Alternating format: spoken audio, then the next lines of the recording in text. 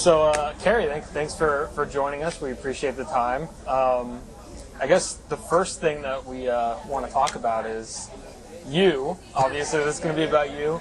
I want to ask first and foremost, like, how did you kind of get into writing? When did the journalism career kind of begin, and what kind of prompted that as a career choice for you? I think the journalism career began swiftly at age 12 when I was on the playground at West Sunset pitching and realizing that I couldn't find the strike zone consistently, and I better think of another way to stay in sports. Realistically, like, I grew up reading Henry Schulman in the Chronicle every day. I grew up reading Andrew Baggerly in the Mercury News online, and I thought if they could do it, that would be a dream to accomplish one day. And so after high school, I made the choice to major in journalism in college. I majored in broadcast journalism.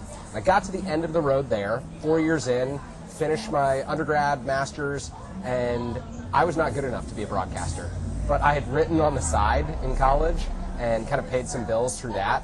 And so my first job out of college was writing about Arizona State football and worked my way up from there. But it was a circuitous route to writing about baseball, that's for sure.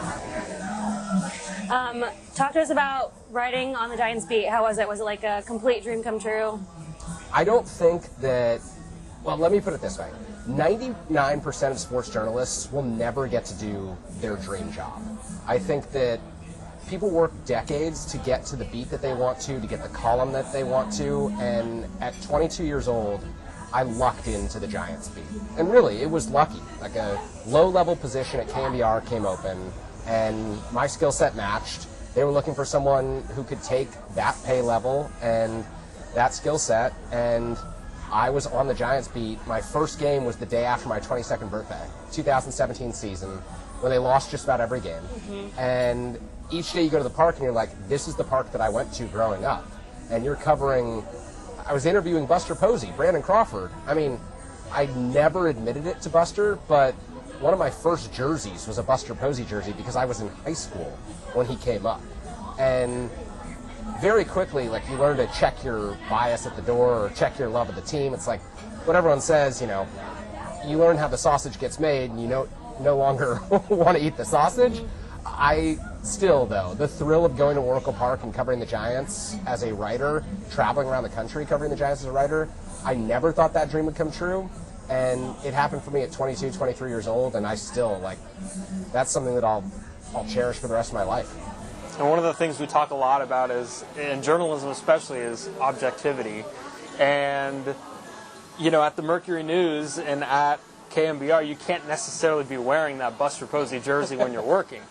So that kind of brings out the whole thing about being objective as a journalist. So was that difficult for you to kind of transition into a fan that admired those 2005, 2006 Giant teams that you always talk about, to kind of having to, you know, speak in a very straightforward and you know, non-conflict of interest type way? I thought it would be difficult, but if I'm being completely honest, it was easy because the Giants beat at the time that I joined was incredibly competitive. You had Henry Schulman, Andrew Baggerly, Alex Pavlich, who were all journalists who covered the World Series. They knew exactly what they were doing and how to do it at an extremely high level. And so I came in feeling like I was at a significant disadvantage, that I had to prove myself every single day. Like, it was a privilege to be in this press box, and I had to write my butt off. And each story felt like, you know, if I didn't do a good job, I would get exposed. And so the objectivity thing came easy because I almost felt like at the beginning I went too hard on the Giants. One of my first stories was, you know, the Giants are on pace for 100 losses. Why the heck are they so bad? And fans on the KMBR Twitter account, they came after me. They're like, who is this guy? He knows nothing about the team. They'd never heard my name before. They had no idea where I was from, all of that. And I thought, okay, I've got this down. And when you cover a 98-loss team, you're not going to say anything good about them. There's nothing good to say. It's not like, you know, in a 90-loss season, you're debuting a few prospects who are fun to watch. That team was abysmal. So it was a very quick training. Yeah. Is there a game story you remember that, like, you remember writing and you just felt so good about it when you hit publish? The very first night on the Giants beat for me at the Mercury News, Dodger Stadium, 2018, Joe Panik hits a 5th-inning home run off Clayton Kershaw. Ty Block was the Giants starter that night because Madison Bumgarner had gotten hurt in the final start of spring training. I think it was Whit Merrifield who hit the line drive off of his hand. And Ty Block makes a start. I'd written a feature on Block. I got his high school coach, his college coach. Felt great about myself. I think it's a 6:45 start that night. Deadline for the Mercury News back then was 9:45. So if I wanted a game story in the paper, it had to be done by 9:40. I think the game finished at 9:39, and I published my story immediately. It got in the paper, and there we were, like full-page spread the next day. Joe Panik's home run was on the front page. It was my story, and you know, you write hundreds of game stories after that, and the 4 years after that, but nothing topped that one. Yeah. You know? And my very last one too. I think the 2021 NLDS against the Dodgers.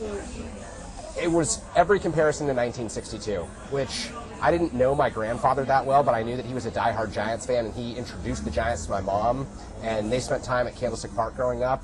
And, you know, one of his teams was the 62 team.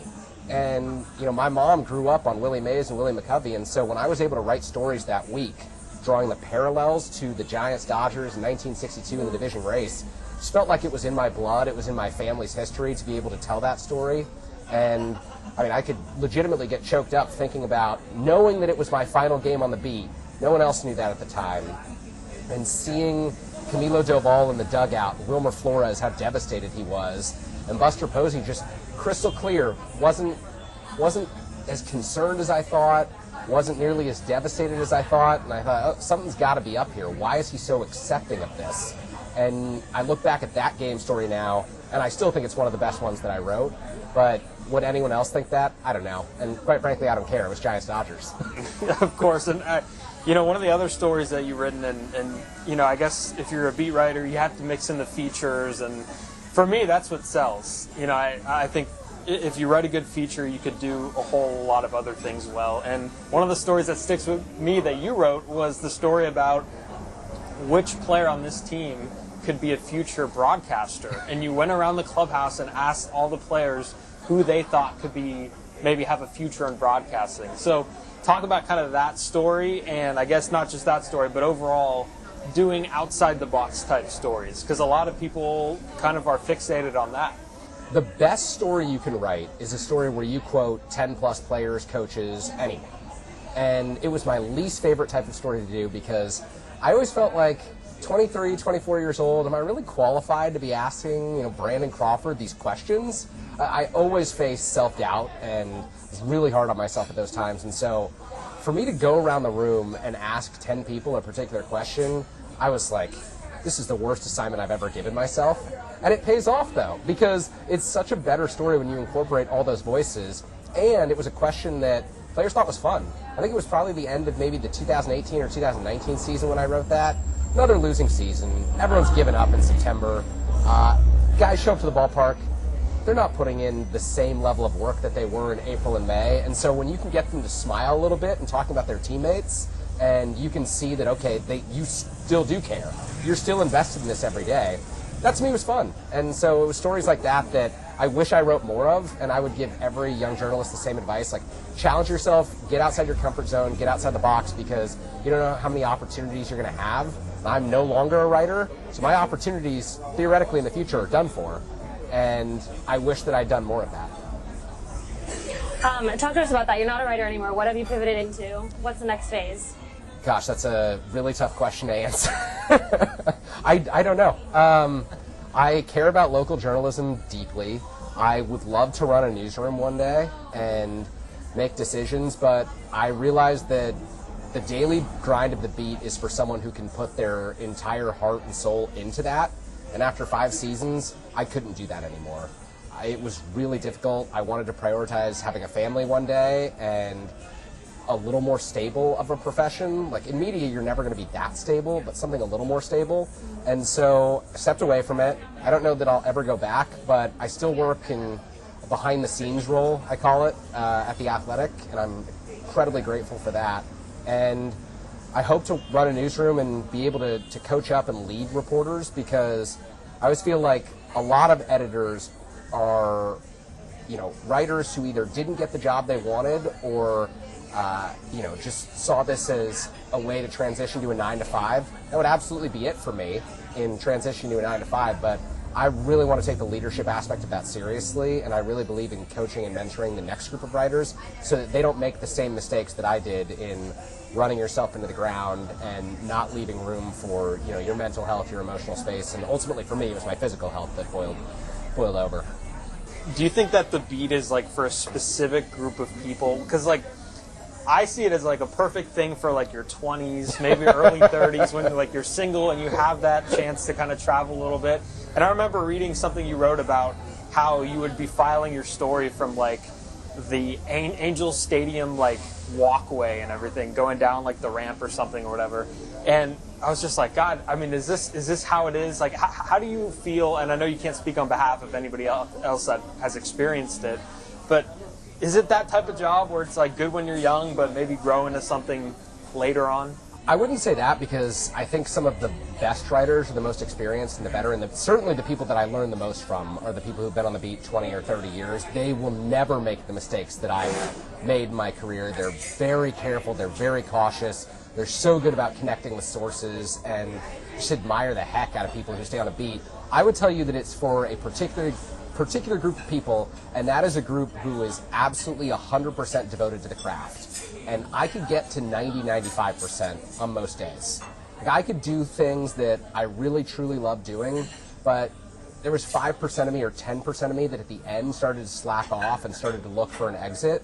And I knew then if I wasn't giving it my all, someone who wanted to put their all into it, because there's no shortage of those people, they deserve that position. It's 100% for people who deserve that position and want to put their all into it, and I couldn't give it my 100% anymore. Do you have like a favorite away city? Oh gosh, Chicago for sure. Chicago for sure. John Shea and Andrew Baggerly showed me the ropes of Chicago, and where all the old sports writers used to hang out, and it's just like, I would love to do that one day. Visit Chicago, take a group of reporters out there and say, hey, Giants Cubs is over at 9:45, and that's when your day begins. Exactly. Hey, a lot of day games at Wrigley too. A lot of day games at Wrigley Field. A lot of day games at Wrigley Field, yeah. Exactly. Just transitioning slightly. Yeah. This is going to be not about you. How do you Perfect. feel about the Giants the last couple of years since you've been off the beat, and then this coming season too? That's a tough question, because I think that being off the beat, I might be prone to being a little more critical and harsher about my view of the team, because I simply don't have to show up every day and face the same people. And I also think my perspective as a beat reporter every day was, what could I do to serve my specific group of readers, but more importantly, the bottom line of the business that I was working for? What was going to make the Bay Area News Group money? What were people going to subscribe for? And I don't know that that always aligns with the best interests of the fan base. And so the way that I think about the Giants right now is thinking about what's best for the fans. And what's best for the fans is for ownership to prove that it wants to spend money, for management to sign players who are, of star caliber, excellent additions to the team, who provide clear, obvious upgrades. And I don't know that I've seen that same level of hunger that I saw growing up from Peter McGowan. And maybe that's rose-colored glasses looking at the past. It very well could be.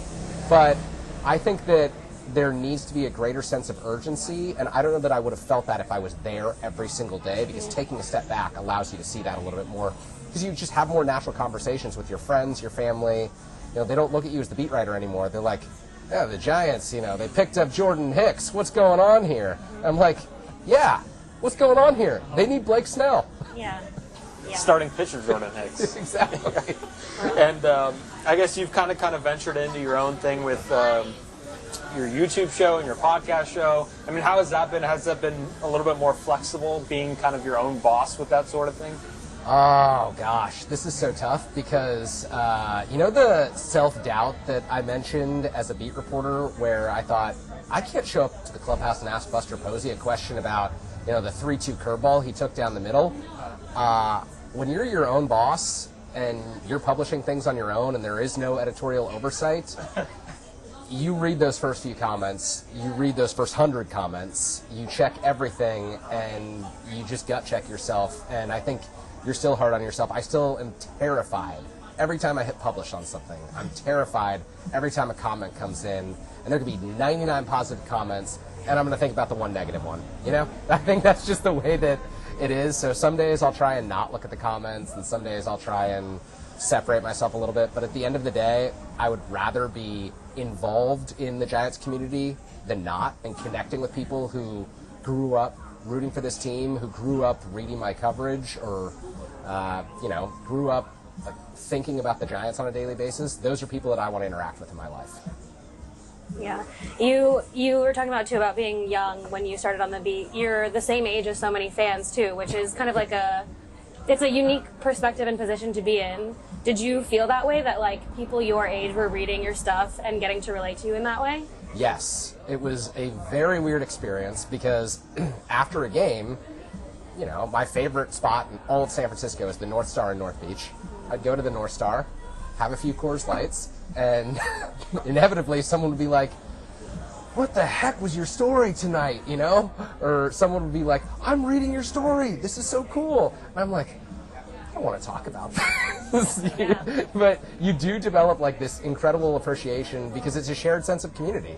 Like, you know, I would probably be just as interested in their work as they are in mine. I'm fascinated by the outside world. Baseball certainly isn't the only thing that interests me. And so I think it was always so cool to know that, like, a Giants fan somewhere was looking at my work one day, and I could be that conduit from them to the team. And I treasured that, I missed that, and I still think about that every single day.